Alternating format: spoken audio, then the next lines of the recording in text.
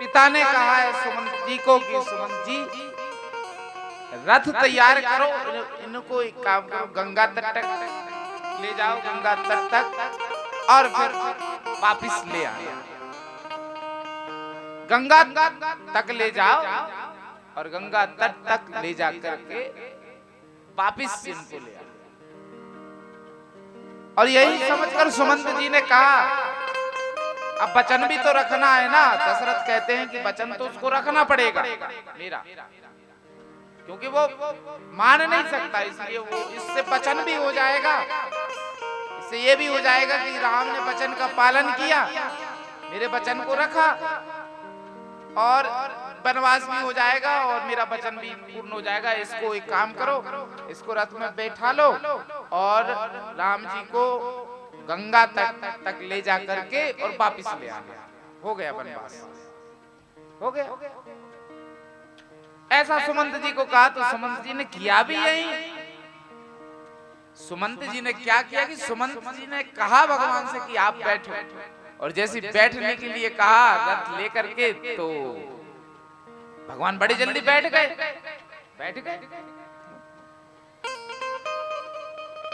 उनको ये लगा सुमंत जी को कि पिता की आज्ञा है, पिता ने आज्ञा दिया है कि इनको बिठा लो रथ पर और गंगा तट ले जाकर के फिर वापस ले आना। तो मैंने राम जी से कहा कि पिता की आज्ञा, आप रथ में बैठ जाइए, तो राम जी बिल्कुल बैठ गए, कहने मात्र से बिल्कुल बैठ गए। पर सुमंत जी को ये नहीं मालूम कि जो है आज्ञा तो जो है, पर राम जी को खुद जाने की जल्दी है,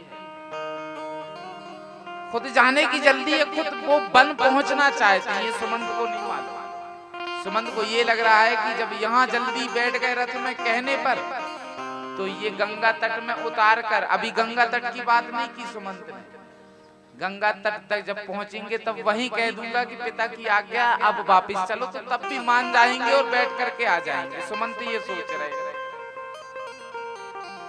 तो सुमंत जी आगे बढ़ते हैं और फिर रथ में बैठे, तमसा तट पर विश्राम हुआ और जो रथ के पीछे पीछे गए थे अयोध्यावासी, राम जी ने सोचा कि ये अगर मेरे साथ रहेंगे तो मैं अपना फिर कार्य कैसे पूरा करूंगा। उनको मोह निशा में सोते हुए राम जी छोड़कर आगे बढ़े और श्रृंगवेरपुर पहुंचे। गंगा जी को वहां दंडवत किया और वहां गुराज से मित्रता हुई, गुराज का संवाद हुआ भगवान से। गुराज ने कहा कि आपको 14 वर्ष का वनवास हुआ है ना, तो आप एक काम करिए, मैं यही 14 वर्ष, आप ये भी तो आखिर वन है, ये भी तो वन है, जंगल है, इसी वन में आप मेरे साथ मेरे इसी नगर में रहें, इसी राज्य में रहें 14 वर्ष तक। तब राम जी ने कहा कि नहीं, मुझे यात्रा आगे करनी है। तब गुराज ने कहा एक रात्रि विश्राम तो कर सकते हैं आप, मित्र हैं आप, आपने मित्र हमें कहा तो एक रात्रि तो आप विश्राम करें। एक सुंदर झोपड़ी है और झोपड़ी के अंदर राम जी निश्चिंत होकर के विश्राम करने लगे। पर गुहराज को लगा कि यहाँ पहले छोड़ करके आ गए हों सोता हुआ, लोग सोए थे और सोते हुए लोगों को छोड़ के आ गए, कहीं यहाँ से भी हमको सुला करके कहीं रात में ही भाग ना जाए भगवान। तो पहरे में लगा दिया एक अपने सेवक को, एक सेवक पहरे में लगा है और बाहर से ही टक टक नजरों से गुहराज निहार रहे हैं भगवान को। और अब लक्ष्मण तो सेवा में रहते ही हैं, पर दूर से टक टक निहार रहे हैं भगवान को। अंदर झोपड़ी के अंदर भगवान निश्चिंत सोए हुए हैं और सोच रहे हैं, गुहराज सोच रहे हैं कि बताओ कितनी निर्दयी माँ है कैकेयी, कितनी निर्दयी माँ है जो ऐसे कोमल कोमल जिनके पैर हैं, कोमल कोमल जिनके हाथ हैं, ऐसे कोमल शरीर वाले को बताओ कहां 14 वर्ष का वनवास दिया, जिनका इतना कोमल शरीर है, इतना कोमल शरीर, जो धूप में इतने गौर वर्ण है भगवान की, थोड़ी सी तनिक सी धूप में भी चेहरा लाल हो जाता है, इतना कोमल अंग, और इतने कोमल अंग वाले को 14 वर्ष वन वन भटकने के लिए उस दुष्ट कैकेयी ने भेज दिया। और जब मन में ये चल रहा था, पीछे से लक्ष्मण जी सब मन की बातों को सुन रहे थे। जैसे ही लक्ष्मण को लगा कि, तो लक्ष्मण को बड़ा क्रोध आया कि ये बाहर का आदमी कैसे हमारे घर की माँ को इतना वो कर रहा है। तो क्रोध आया तो युवराज के पास जाकर के बोले, क्यों तुम अभी क्या कह रहे थे हमारी माँ कैकेयी को?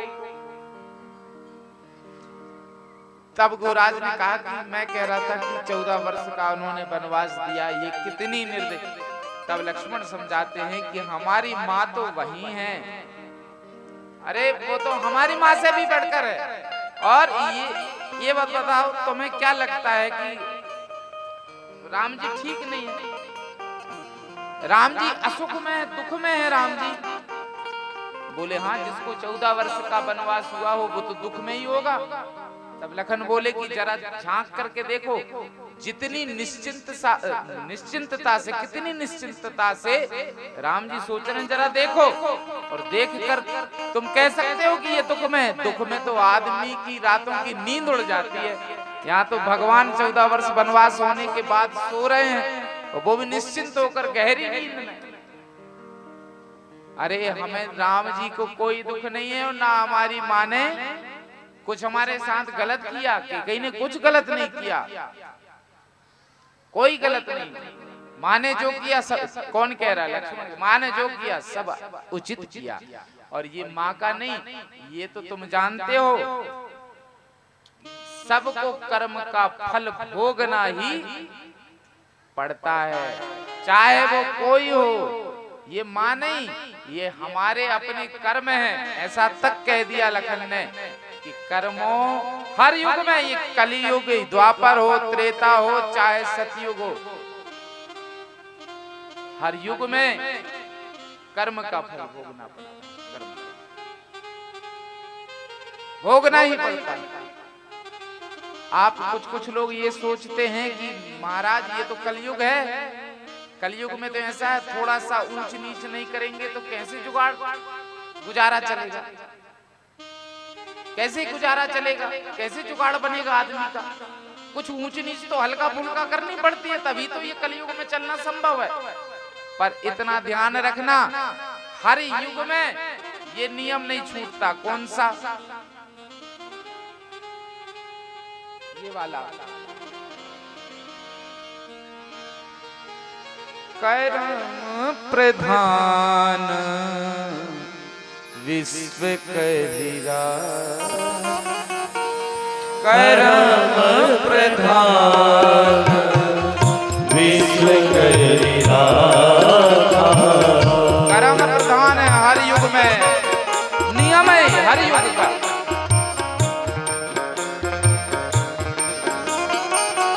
कर्म प्रधान विश्व कहिरा,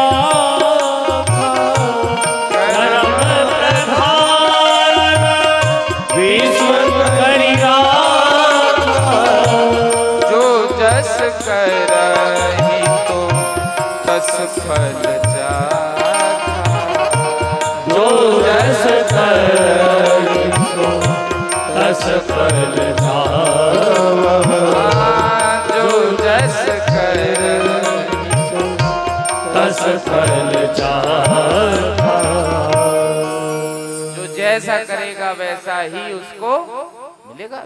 सारे युग में नियम, सतयुग हो, कलयुग हो, द्वापर हो, त्रेता हो, किसी भी युग में ये बिल्कुल वैसी बात हो गई। एक राजा ने, कभी कभी उस राजा को एक ऐसा दिमाग में मूड बनता, कुछ मूडी होते हैं, उनको कौन सा मूड कब बन जाए वो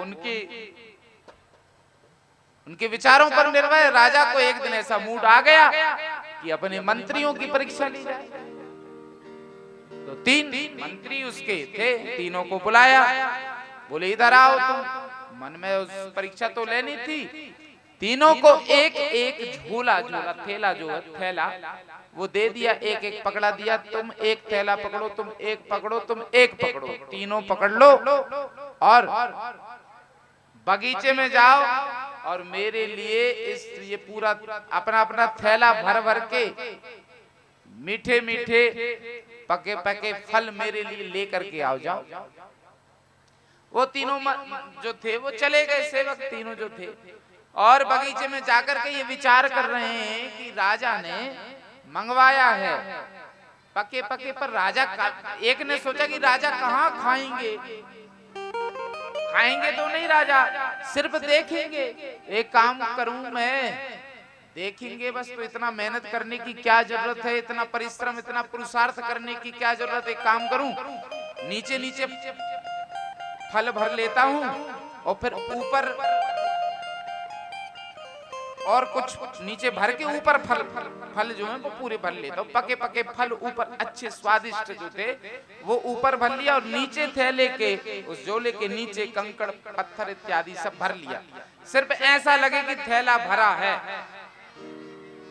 तो ऐसा कर लिया। और एक ने क्या किया, एक को लगा कि राजा तो देखेगा भी नहीं, राजा तो दूर से ही देखेगा कि थैला भरा है, तो उसने उस थैले में सिर्फ घास फूस कंकड़ पत्थर ये सब भर लिया। पर एक जो था उसको लगा कि नहीं, अब राजा हैं तो वो तो खाएंगे, उनके लिए स्वादिष्ट पके पके फल मैं लेके ही जाऊं। तो स्वादिष्ट फल पके उसने तोड़ा, बड़ी मेहनत की, परिश्रम से पूरा थैला भरा और चला गया। अब तीनों जब गए तो राजा ने कहा कि ले आए, तो तीनों ने कहा कि हाँ हमने अपना अपना जो झोला है वो भर लिया है, जो झोला था आपने दिया था वो तीनों ने हमने अपना अपना भर लिया है, आप आज्ञा दें। आप उन्होंने एक और मंत्री से कहा, राजा ने, ये काम करो, इनको कारावास में डाल दो, तीनों को कारागृह में डाल दो, बंद कर दो काल कोठरी में, इन्हें काल कोठरी में अलग अलग बंद करो, और तुम्हारा भोजन वही होगा जो तुमने साथ में लाया है, सिर्फ वही तुम खा पाओगे और दूसरी चीज तुम्हें यहाँ से मिलेगी। 1 महीने तक बंद कर दो। अब अलग अलग बंद कर दिया और कुछ खाने को नहीं दिया, तो हुआ क्या, जिसने आधे कंकड़ आधे फल भरे थे उसने कुछ दिन खा पाया फल और वो मर गया, और जिसने बिल्कुल भी फल ले ही नहीं गया, फल भर के ले ही नहीं गया, वो तो एक ही दिन में मर गया, खाने को कुछ है ही नहीं। पर जिसने पके पके मीठे मीठे फल राजा के लिए ले गया था, उसने बड़ा अपना 1 महीना आराम से काटा, आराम से काटा।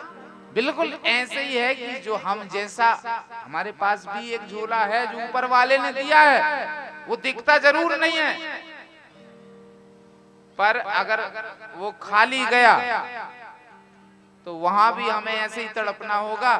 और अगर हम उसको पुण्यों से, सत्कर्मों से, परोपकार से, परमार्थ से उस झोले को, उस थैले को अगर हम भर कर ले जाएंगे, तो जितना सुख हम यहाँ आज भोग रहे हैं उतना सुख वहां भी भोगी, उतना सुख वहां भी भोगी। इसलिए कर्म प्रधान है।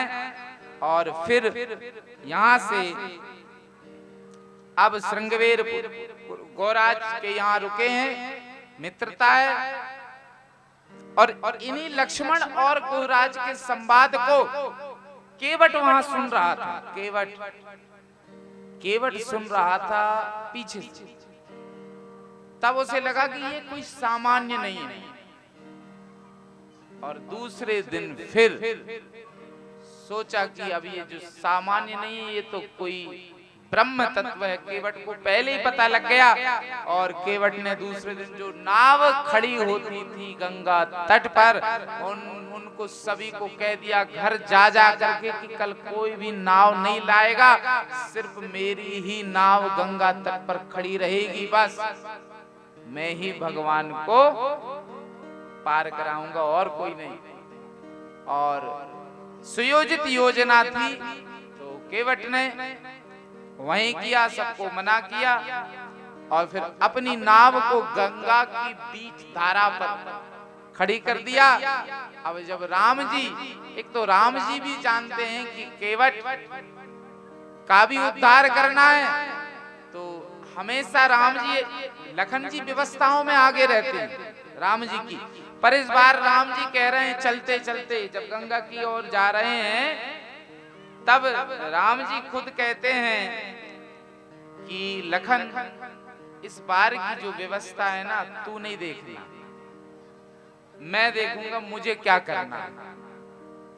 और इस बार की व्यवस्था राम जी ने ही देखी, गए और राम जी ने खुद कहा है, खुद मांगा है केवट को दे। अब एक ही नाव है तो केवट को ही बुलाएंगे, उसी की जिसकी है।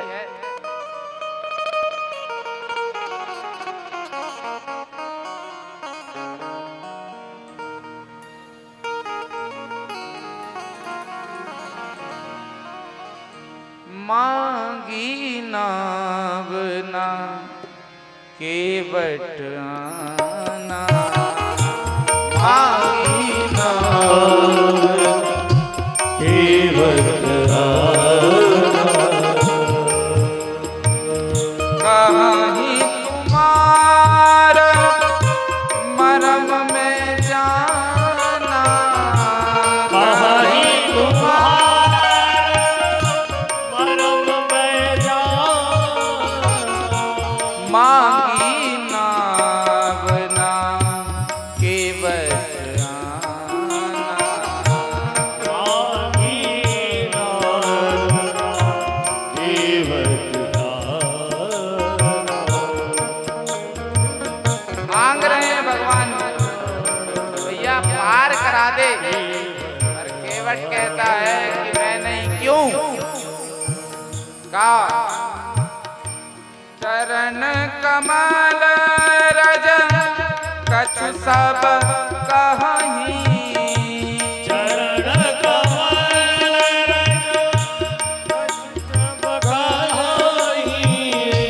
चरण कमल रज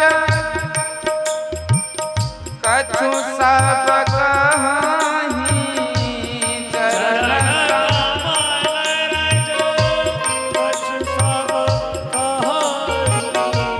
मानुष करनी मोर कछु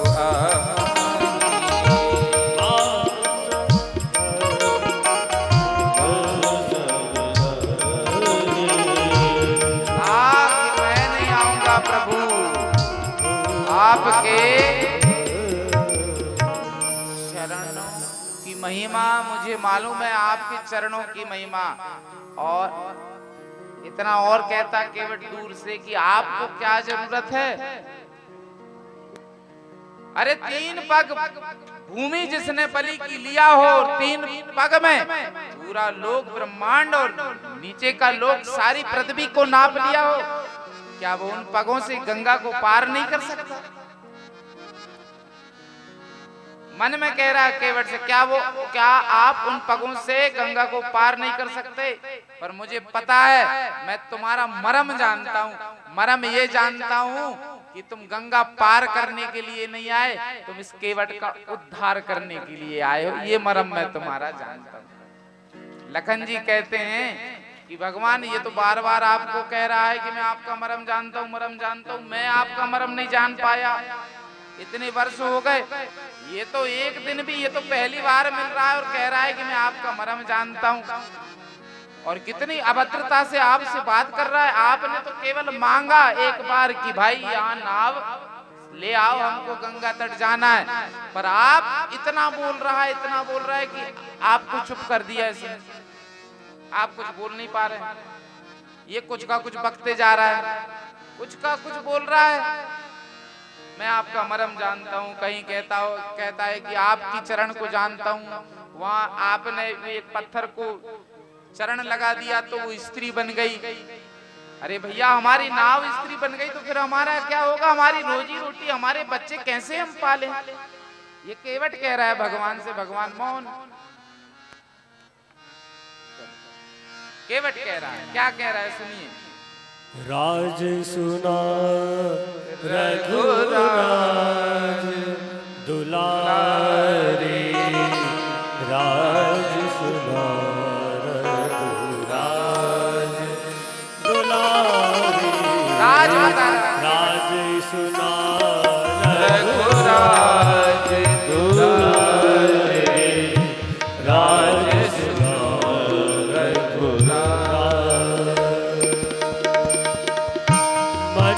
बनावत गगन उड़ावत मनुज बनावत गगन उड़ावत चरण कमल रज राज तुम्हारे राज सुनो दुलारी राज सुना रघुराज दुलारी राज सुना तुम्हारे चरणों की महिमा को मैं जानता हूँ। तुम्हारे चरणों का जो जादू है, तुम्हारे चरणों में, तुम्हारे अंगूठों में जो जड़ी बूटी लगी है, उसका ज्ञान मुझे है। रघुराज, ये जो है ना, आपके चरण एक पत्थर को नारी बना देते हैं। मेरी नाव नारी बन गई तो बच्चों का पालन कैसे करूंगा? अरे मेरी नाव ही मेरे लिए सब कुछ है, माया मोह है सब कुछ। मेरी नाव है, उसी से परिवार चलाता। और छोड़ो, अगर नाव स्त्री बन गई तो हमारी घरवाली को नहीं जानते तो बड़ी खतरनाक। अरे नाव अगर स्त्री बन जाएगी और मैं इसको घर लेकर के जाऊंगा तो वो एक तो मुझे घर में टिकने नहीं देगी, कहेगी कि तूने नाव बेच करके दूसरी ले आया। फिर मेरा क्या हाल होगा? वो टिकने नहीं देगी। इसलिए नहीं, पहले एक शर्त पर पार कराऊंगा, पहले चरणों को धुलूंगा। ये चरण रज तुम्हारी बड़ी खतरनाक, ये चरण रज है, पहले इसको धुलना पड़ेगा, तभी नाव में तरह तरह से वाद विवाद विनोद केवट करते जा रहा है, पर भगवान मौन है। फिर कहता है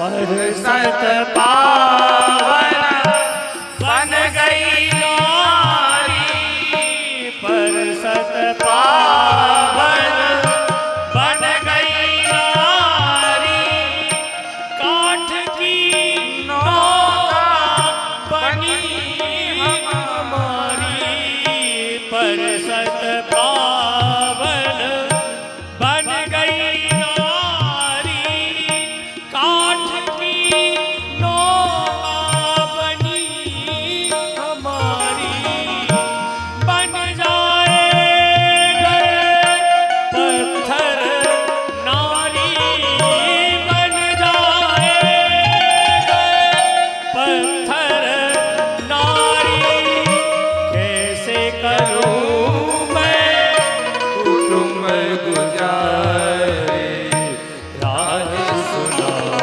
रघुराज दुलारी, राज सुना रघुराज दुलारी, राज सुना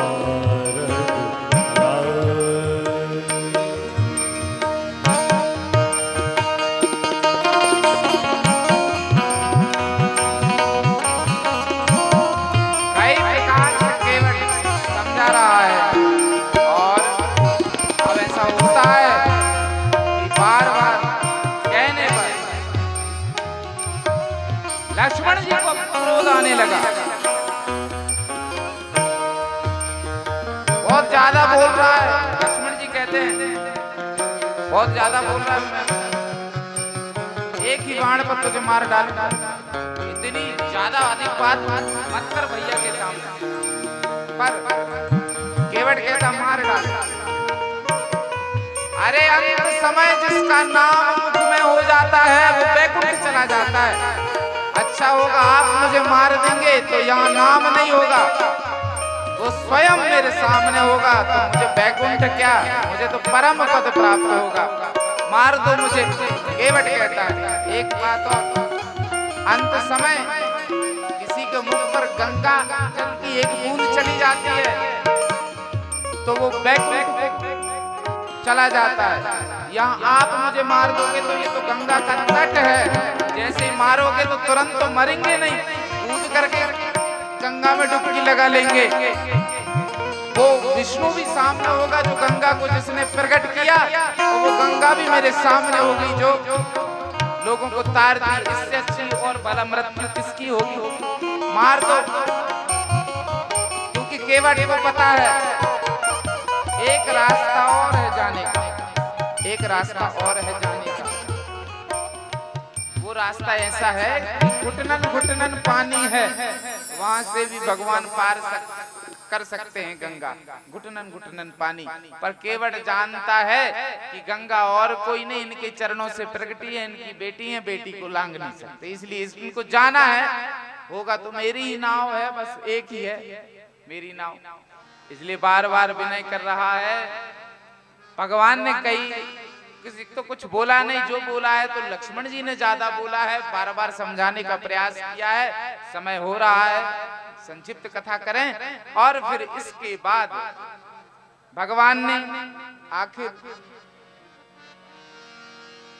आखिर कह ही दिया। क्या कहा भगवान ने? कहा केवट से,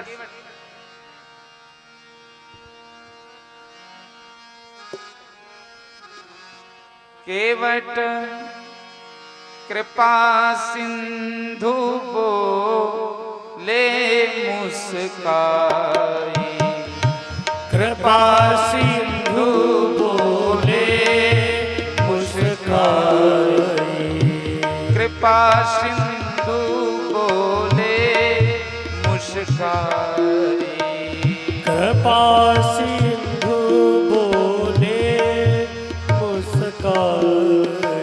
भगवान बोले मुस्कुराकर कि जैसा जो करना है ना केवट आप कर सकते हो, जैसा जो आपको करना है।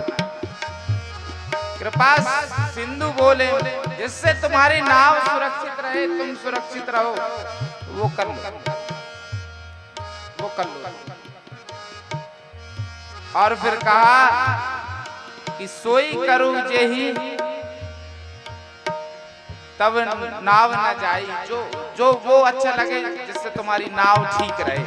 तो फिर भगवान ने कह दिया बेगियानु जल पाय पखारूं, बेगियानु जल पाय पखारूं, होत विलंब उतारहि पारू, होत विलंब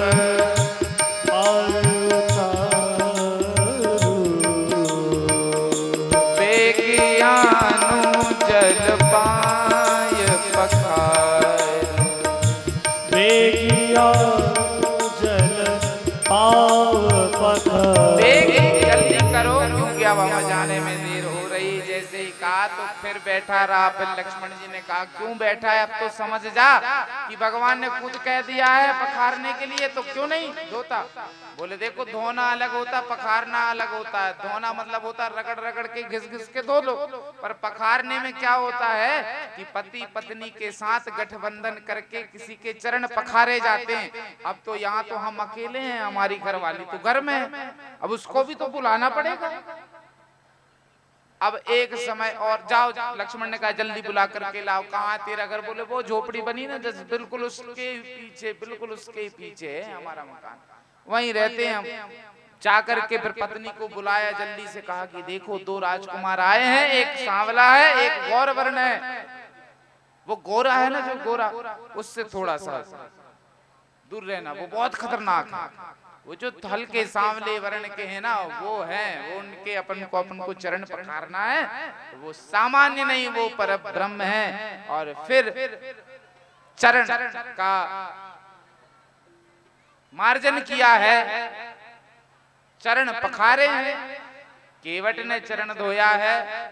और उसी कठोते में छोटा सा कठोता है जिसमें भगवान के चरण भी अच्छे से नहीं आ पा रहे, इतना छोटा कठोता है। बार बार धोता है, बार बार पी रहा है, धो रहा है, पी रहा है, जल को, चरणामृत को पान कर रहा है। लक्ष्मण जी बोले बस बस बस सब हो गया, और कितना पिएगा, हमें जाने दे, आगे भी जाना है।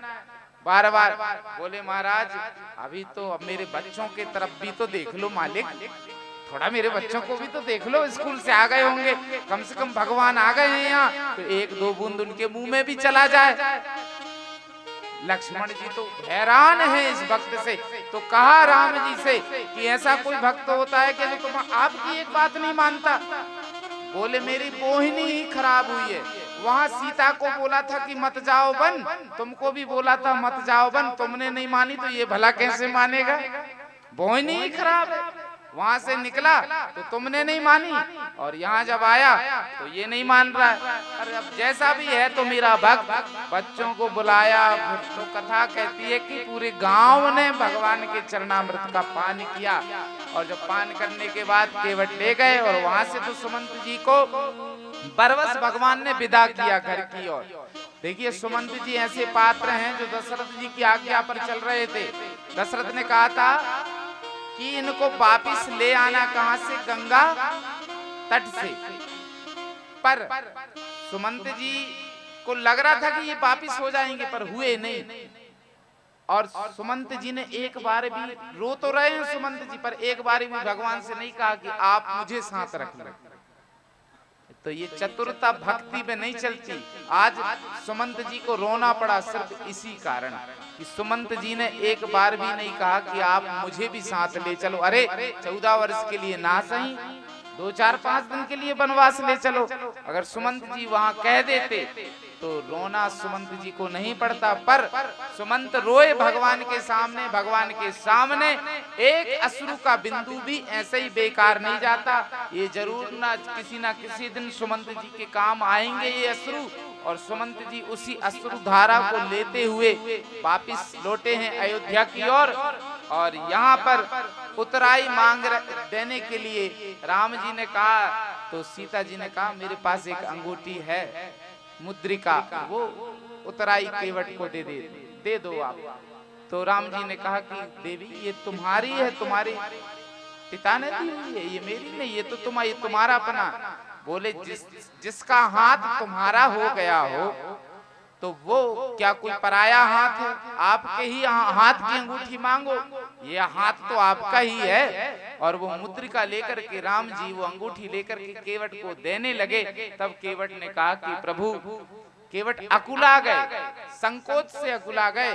कहा कि इतना बड़ा पाप हो जाएगा मुझसे, मैं आपसे उतराई लूंगा?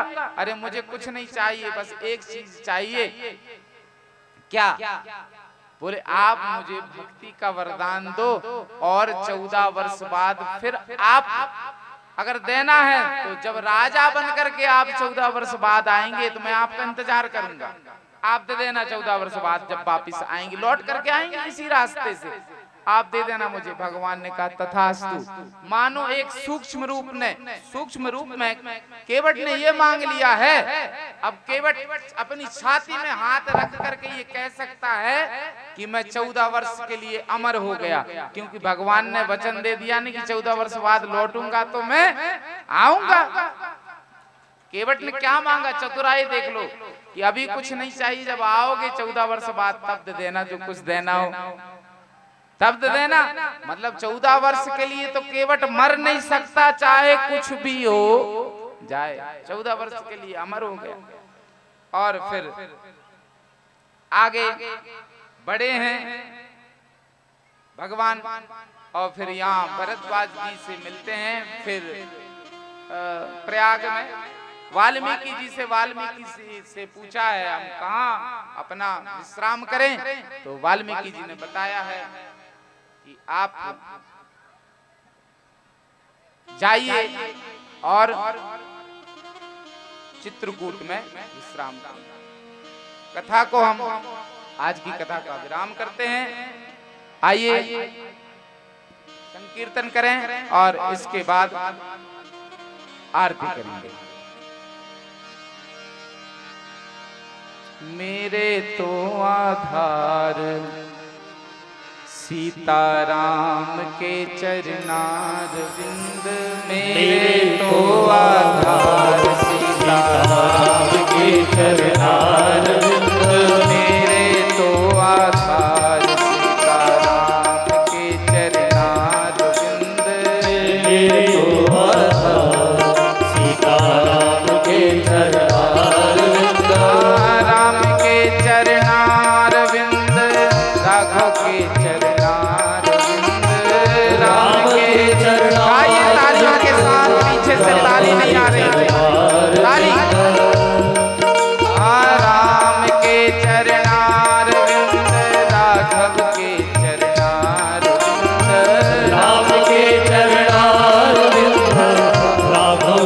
चरणार मेरे तो आधार सीताराम के चरणारविंद मेरे तो आधार सीताराम के चरणार मेरे तो आधार सीताराम के चरणारविंद मेरे तो आधार सीताराम के चरणार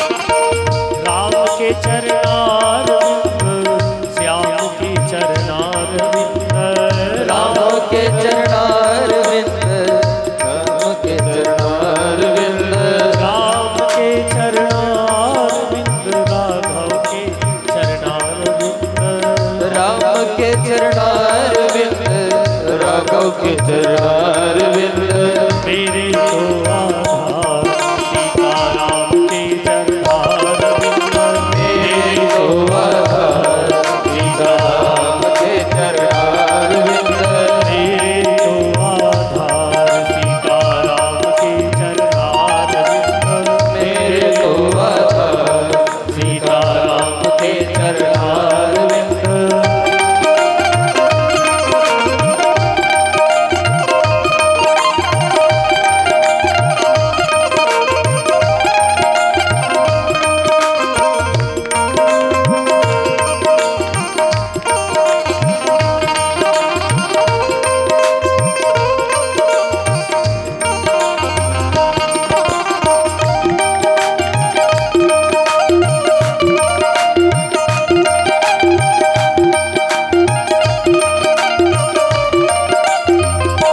राम के चरणार श्याम के चरणार राम के चरणार राघव के चरणार राम के चरणार राघव के चरणार राम के चरणार राघव के चरणार राम के चरणार राघव के चरणार राम के चरणार राघव के चरणार मेरे तो आधार सीताराम के चरणार जय हो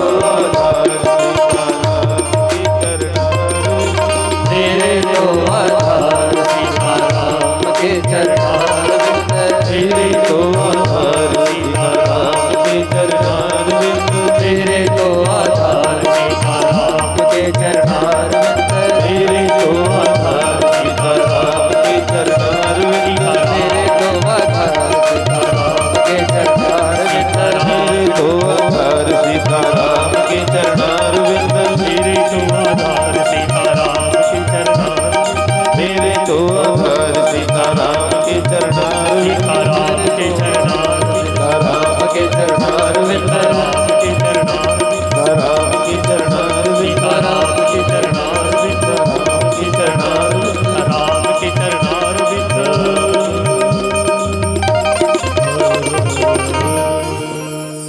बोलो राजा रामचंद्र भगवान की जय।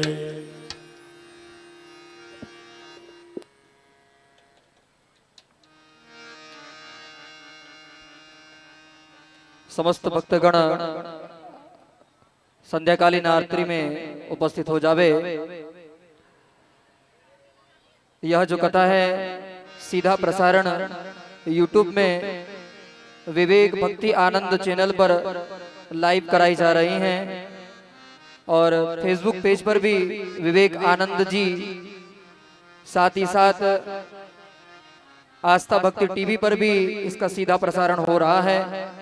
तो जितने भी हमारे भक्तगण हैं उनसे अनुरोध है कि आप लोग हमारे चैनल को सब्सक्राइब करें और दूरस्थ बैठे भक्तगण तक पहुँचाए, जनमानस बंधुगण तक इस कथा का विरह बहता रहे, ऐसी लाला की कृपा बनी रहे आप पर।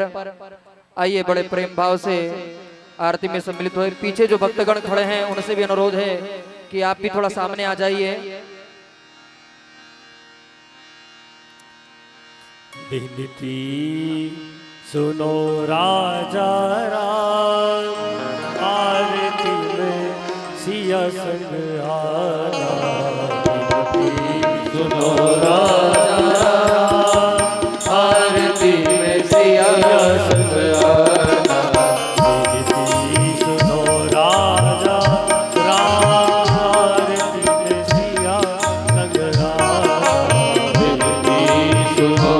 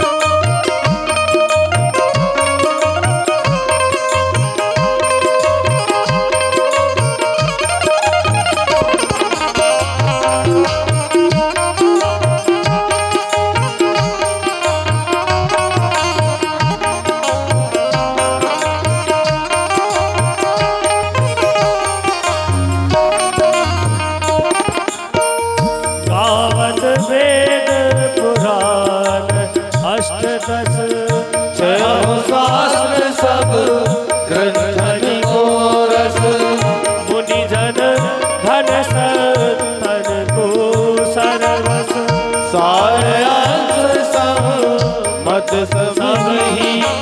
विनती सुनो राजा राम, आरती में सिया संग आना। सुनो राजा राम, आरती में सिया संग आना।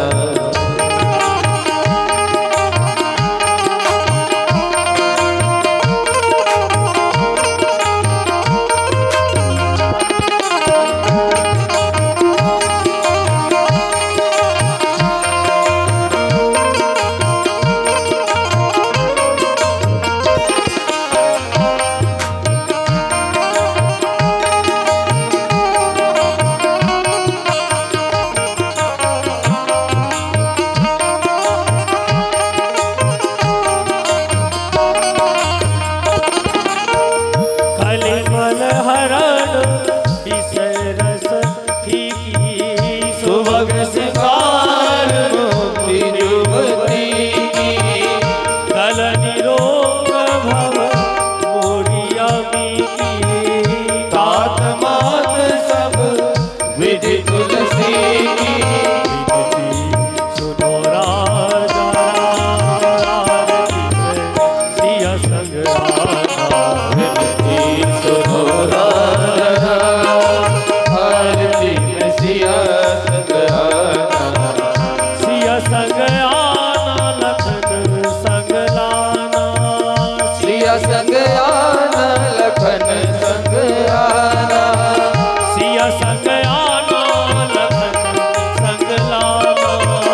सिया संग आना, लखन संग आना।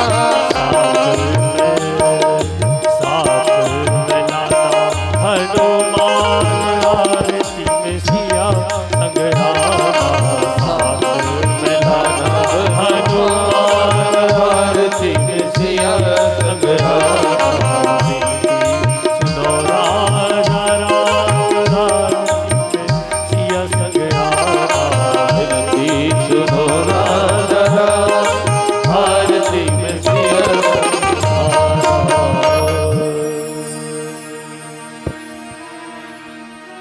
हे जग तारन मैया तेरी आरती उतारो। हे जग तारन मैया आरती उतारो। हे जग तारन मैया तेरी आरती उतारो। हे जग तारन मैया आरती उतारो। तेरी आरती उतारो।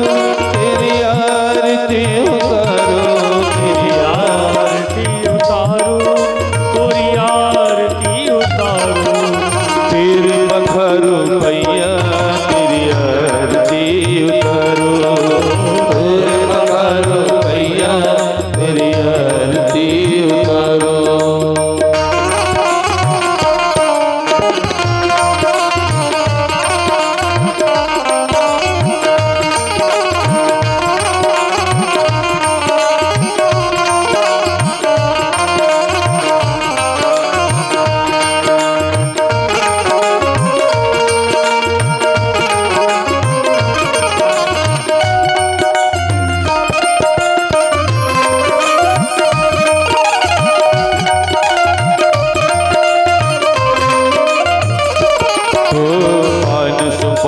ध्वजा नारियल केसर कुमकुम टीका।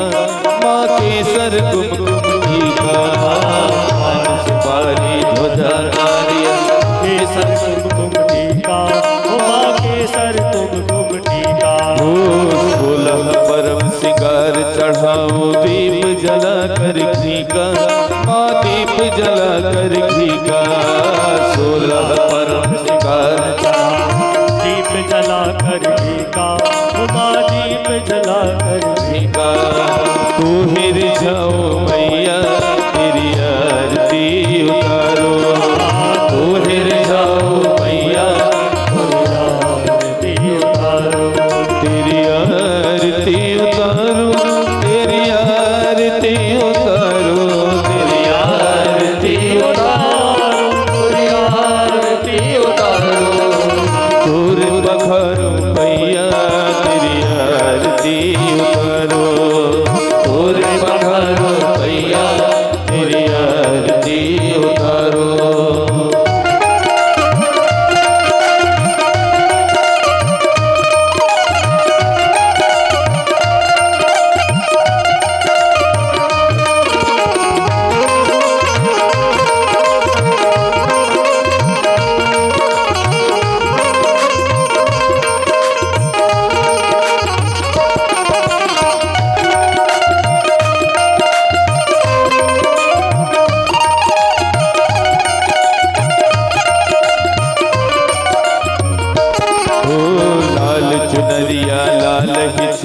लाल फूलों की माला माँ लाल फूलों की माला लाल चुनरिया लाल ही चोला लाल फूल की माला माँ लाल फूल की माला भेंट मेरी स्वीकार करो माहे जगदम्बे ज्वाला माहे जगदम्बे ज्वाला भेंट मेरी स्वीकार करो हे जगदम्बे ज्वाला माहे जगदम्बे ज्वाला।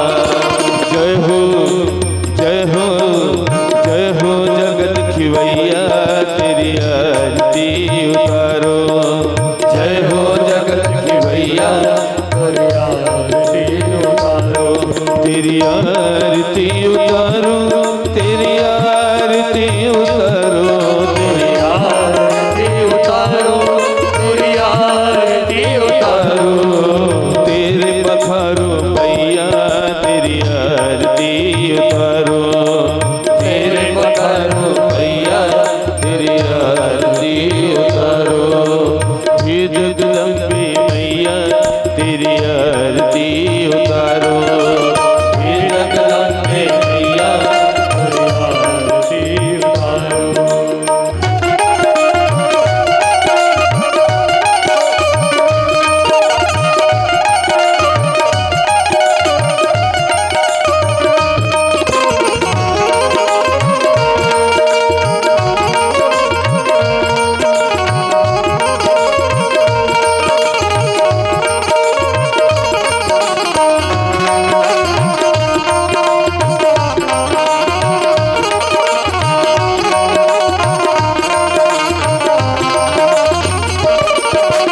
तेरे द्वारे जो पुकारे मन चाहा वर पाए माँ मन चाहा वर पाए तेरे द्वारे जो पुकारे मन चाहा फल पाए ओ माँ मन चाहा फल पाए तू सबकी मुरादें पूरी करे तू भक्त तेरे गुण गाए माँ भक्त तेरे गुण गाए सबकी मुरादें पूरी करे भक्त तेरे गुण गाए ओ माँ भक्त तेरे गुण गाए पार लगा दो नैया तेरी आरती उतारो पार लगा दो नैया तेरी आरती उतारो तेरी आरती उतारो तेरी आरती उतारो तेरी आरती उतारो तेरी आरती उतारो तोरे पखारो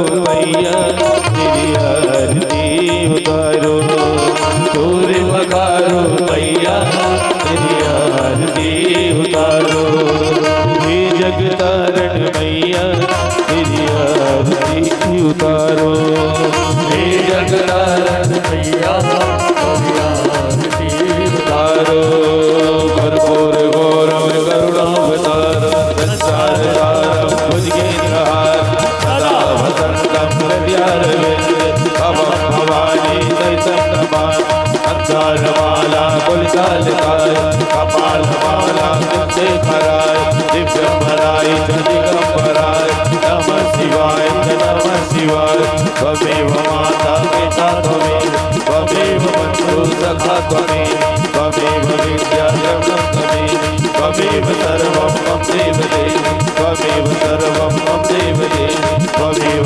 सर्वं मम देव देव। अथ मंत्र पुष्पांजलियामः ओम जज्ञेन जदनमया जन्त देवास्तानि धर्माणि प्रथमान्यासन्नते नागं महिमानः सचन्द्र जत्र पुरवे सात्याः सन्ति देवाः ओम राजाधिराजाय प्रसन्नसाहिने नमो वयं वै श्रवणाय कुर्महे समे कामान् कामकामाय मह्यं कामेश्वरो वै श्रवणो ददातु कुबेराय वै श्रवणाय महाराजाय नमः। हरि ओम एकदन्ताय च विद्महे वक्रतुण्डाय च धीमहि तन्नो दन्ते प्रचोदयात् सेवन्ति कावपकुलचम्पकपाटलाब्जे पुन्नाङ्गजातिकरवीररसालपुष्पे विलव प्रवाह तुलसी दल मंजरे वे त्वं पूजयामि जगदीश्वर में प्रसीद सुमन सुगंधित सुमन लहे सुमन सुभक्ति अपार पुष्पांजलि अर्पण करो हे रघुनाथ करो स्वीकार। बोलो राजा रामचंद्र भगवान की, पवन सुत हनुमान जी महाराज की जय। आज के आनंद की, परमानंद की, यज्ञ नारायण भगवान की, जगत गुरु शंकराचार्य भगवान की, काल हर कष्ट हर दुख हर दारिद्र हर सर्व पाप हर नमः पार्वती पतये हर हर महादेव शंभो। जय जय श्री राधे, जय जय श्री राधे, जय जय श्री राधे। सीधा प्रसारण YouTube के माध्यम से आप देख पा रहे हैं इस कथा का विवेक भक्ति आनंद चैनल पर। मैं चाहूंगा कि आप सभी लोग हमारे चैनल को सब्सक्राइब करें और अधिक से अधिक से शेयर करिए। सीताराम।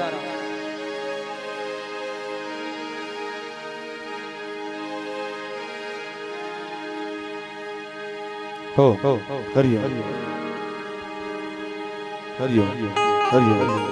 विशेष सूचना एक कि जिन भी भक्तों को गुरु दीक्षा लेना हो उनसे अनुरोध है कि आप लोग जब व्यास जी महाराज मंच पर बैठते हैं तो उसी समय वह दीक्षा देंगे।